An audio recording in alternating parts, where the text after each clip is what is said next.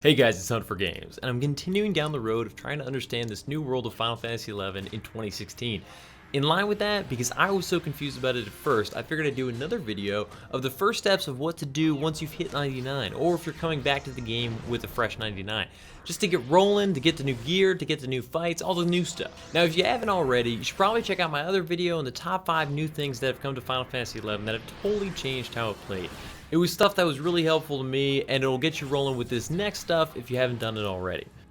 So cool. So first thing to do, if you haven't yet, is go through the Records of Eminence list under the quest and activate all the stuff that you've already done in this game up until that point. Job leveling, level cap unlocks, all the expansions you've done, all the missions, all the story quests, all that stuff. If you've played for a while, you should have plenty of sparks to start off with, and you want to head to one of those the AMAN vendors in each of the starting cities or Adeline.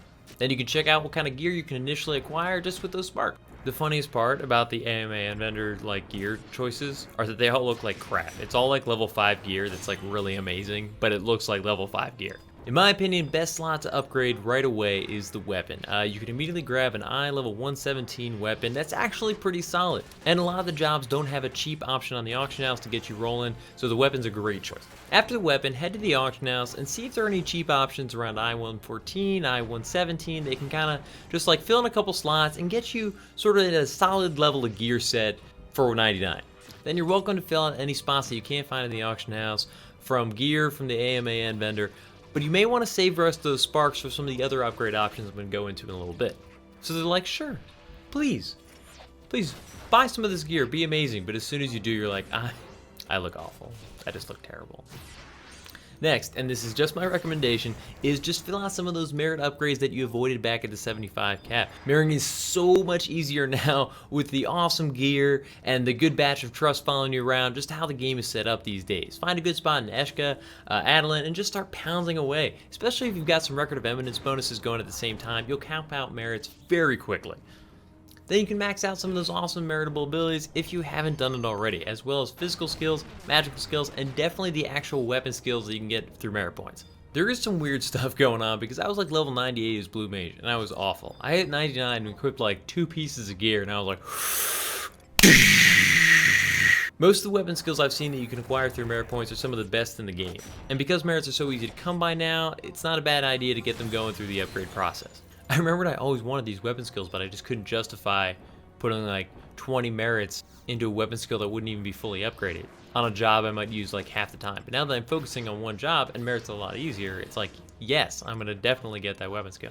There are other weapon skill options, especially with ways that you can acquire some of the relic weapon skills and everything, but the merit options are really good and frankly a hell of a lot easier. Overall, all those merits should really help you out a little bit in terms of overall strength, and you'll probably cap out most of your uncapped skills in the process. All good stuff. So now you're a mean, lean, killing machine, and you should be pretty familiar with the best and the worst of the trusts, the new methods of transportation, and anything else that has changed since the last time you played.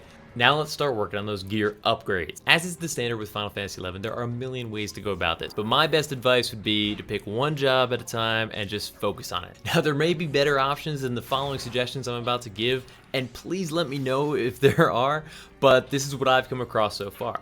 I feel as I'm talking about this, I'm I just skipped 10 steps, but the video could be an hour and I wouldn't get through all the details. So what you want to shoot for is the Artifact, Relic, or Empyrean upgrades to 109 and then 119. Anything you have that's already a +1, a +2, those versions are going to require less components, but the basic upgrade process is still the same. But I always found it helpful when I could search for a term. It's he said the word Records of Eminence. I have no idea what that means, but I'm gonna go look it up. You'll need to acquire something between 5 and 10 of these Remtails chapters, which chapter number depends on what piece of gear you're upgrading and the level of upgrade that you're doing. If you're going from regular to 109 or from 109 to 119. And then some additional items. The additional items range from simple 20 to 30k auction house purchases to 100 piece Dynamis currency, which can still be kind of expensive. When I first looked at the relic upgrade process, I was 100 piece currency? Are you serious? That was a million each back when a million was a lot. You can go farm them yourself now. It's a lot easier with the way Dynamis works, and with all the tanking trust, I've heard you can proc stuff really easily, making drops a lot easier. Or you can just save up the gil and buy them. The choice is yours. Artifact gear is the cheapest to upgrade compared to Empyrean or Relic, but the Relic can be augmented even further, which I don't think the Artifact can. What I'm going to quickly go into here is some of the easiest way to obtain the pages. And I stress some because I'm still figuring a lot of this out as I go, and I might be missing some of the options available. I remember literally my first day back, I was playing Thief mostly back then. I went in the auction house and there was the best dagger I'd ever seen for like 30K. I bought it, I was like, oh my god. You can farm for sparks, which are obtained through all sorts of fulfillments of the records of Eminence, and just buy these chapters from the AMAN vendors. They each cost like 7,500. Can be a great way to use your sparks to begin with and get that first piece of upgraded gear. It's easy to burn through all the sparks that you've accrued like that. So I mean, that's why I say work on one job at a time, because it can be really hard if you're spreading it all out. You know, just make these tiny little upgrades and you can't really work on new fights at all. And it's stuff. To get the lower tier 109 upgrade chapters, you could do some of the SKBCNM, Sacred Kindred Burning Crest Notorious Monster. Yes, they each cost 20 Sacred Kindred seals, but there is now a conversion option to convert your old seals into Sacred Kindred seals. Everyone who participates in these fights will automatically get a few chapters, which is awesome, with additional options dropping in the treasure pool that can be lotted up. Once upgrading to the next tier, you can start doing high tier mission battles with some notable story fights and the Avatar battle. I love the Avatar battle. Blue Mage has this fun little upgrade process of learning all the spells, which was bad enough when there was like 40, now there's like 90, and some of them are like end game bosses. It's like, good luck, maybe. Fight Cerberus, have fun. These each have a difficulty ranking that you can set at the start of the fight. This determines what kind of drops you can get, and obviously the expected gear level that you should have to be able to clear it. They're all really fun so far, and in addition to the chapters that they drop, they can also drop some amazing gear options that can help you fill out specific slots, or just help you out prepping for other jobs. So now you've got an idea of what to work towards gear-wise. How about weapons? Some of the best weapons currently in the game are the Obro weapons from Sir Obro. If you already have some amazing Empyrean, Relic, whatever weapons that were incredible back in the day, there's a process where we'll upgrade them for you. Or if you don't, you can trade them a couple standard 75 and under weapons and other requirements to have them craft an awesome job-specific eye level 119 weapon. Each of these requires 150 Pluton, Riftborn Boulder, or Baitetsu, and then 3 items specific to the JSE weapon that you're acquiring. They're all purchasable off the AH. 2 usually are crafted weapons, and 1 is a Delve Zone boss drop.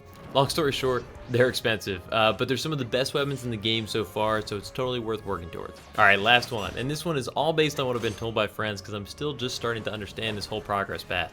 The new leveling, or merits, or just general grind is capacity points.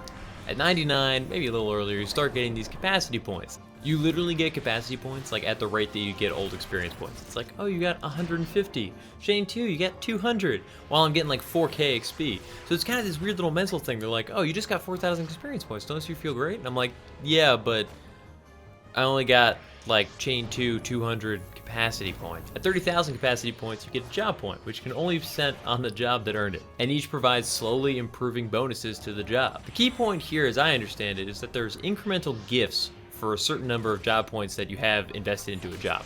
So with some of these tiers, you get really cool stuff. Like the notable ones that stick out in my head are Black Mage and Red Mage get a whole nother tier of magic. Red Mage can get tier 5 and Black Mage can get tier 6, which I didn't even know was in the game. At certain tiers, there's also the option of equipping superior gear, which is auction house purchased gear with the superior requirement. The superior gear is really solid, but be careful not to accidentally buy it from the auction house because you can't equip it until you've invested enough job points to have that tier. It sounds like a lot of grinding, like a lot. There's no way around that, but it's a new version of leveling to 75 from back in 2005. But the gifts are all awesome, and it really might be worth working towards depending on what your goals are in this game. Well guys, I really hope that was helpful. I know when I hopped on a month ago, I had no idea what I was supposed to be doing, so I really hope that this helps a little bit. I realize some of these instructions are a little vague, but if I went into detail about like the exact NPCs to talk to and previous requirements, etc., we could be here all night. There's a lot of stuff. Ultimately though, my goal here was to give you guys a good idea of what to research and just point kind of in the right direction. Feel free to ask specific questions in the comments, or let me know if I'm forgetting key stuff that I quite likely don't even know exists. Like the video if you've ever debated whether or not a Tartar actually has knees, and subscribe if you're new. I've got plenty of videos coming each week, and I really hope to see you guys back. So thanks for watching. So cool, so cool, so cool, so cool, so cool, so cool, so cool, so cool, so cool.